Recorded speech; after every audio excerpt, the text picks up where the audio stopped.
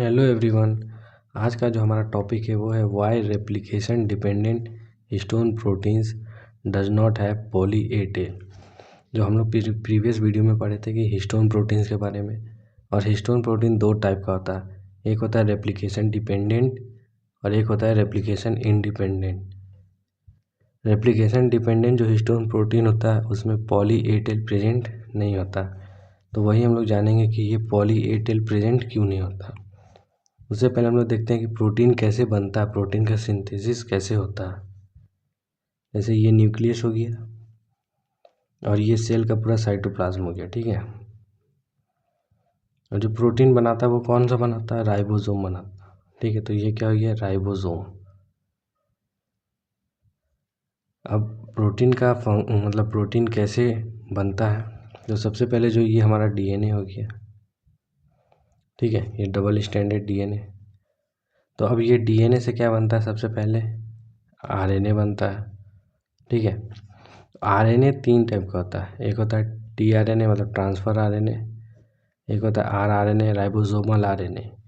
ये होता है नॉन कोडिंग, मतलब इससे प्रोटीन नहीं बनता। जो प्रोटीन बनता है वो थर्ड टाइप का जो एमआरएनए होता है, एमआरएनए से प्रोटीन बनता है। तो यहाँ पे कौन सा आरएनए बनेगा, एमआरएनए। तो ये एमआरएनए बन गया। अब ये एमआरएनए कहाँ बनेगा, इस न्यूक्लियस में बनेगा। एमआरएनए में न्यूक्लियस में बना, फिर ये बाहर आएगा एमआरएनए। ये क्या है, एमआरएनए, ठीक है। ये बाहर आया, राइबोसोम में जाता है, फिर इसका कोडिंग चेंज होता है। कोडिंग से क्या बनता है, प्रोटीन बनता है। अब इधर से प्रोटीन बन के बाहर निकला। अब ये प्रोटीन बना, फिर ये प्रोटीन, ये जो प्रोटीन है ये कौन सा बना, ये हिस्टोन प्रोटीन। क्योंकि जो एमआरएनए है ये किसका है, हिस्टोन प्रोटीन का आरएनए एमआरएनए है। तो ये एमआरएनए हिस्टोन प्रोटीन का आया, राइबोसोम में प्रोटीन बना, फिर ये प्रोटीन जो होता है ये फिर इसमें जाता है। क्यों जाता है न्यूक्लियस में, क्योंकि हिस्टोन प्रोटीन का काम न्यूक्लियस के अंदर होता है। जो डीएनए सिंथेसाइज हो रहा उसमें काम होता है, ठीक है। इसके लिए यहाँ पे तो अब ये जो प्रोसेस है, ये जो प्रोसेस है यहाँ पे एमआरएनए का बनना, फिर जल्दी से जाना, तो इसमें क्या होता है, अगर नॉर्मली क्या होता है कि जैसे एमआरएनए बना, ये एमआरएनए, ठीक है, ये नॉर्मल एमआरएनए। तो इसमें लास्ट में क्या होता है, ए जुड़ा रहता है, बहुत सारा ए, पॉली ए। पॉली मतलब क्या हो गया, मेनी।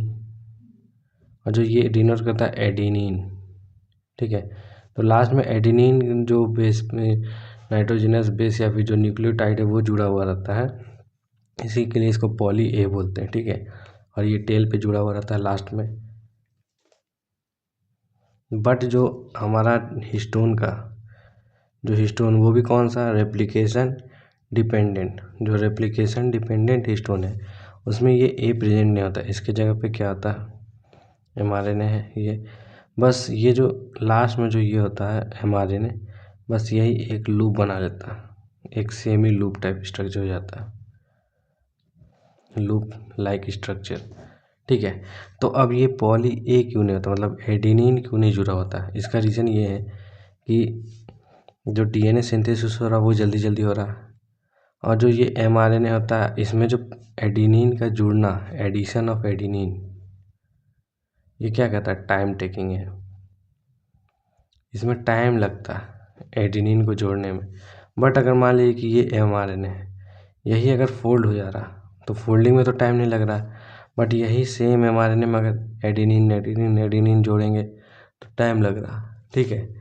तो बट ये फोल्ड जब एक सर्कुलर लूप लगेगा अगर लेता है तो टाइम टेकिंग नहीं होता है। इसी के लिए इसमें रेप्लिकेशन डिपेंडेंट हिस्टोन प्रोटीन में पॉली ए टेल प्रेजेंट नहीं होता।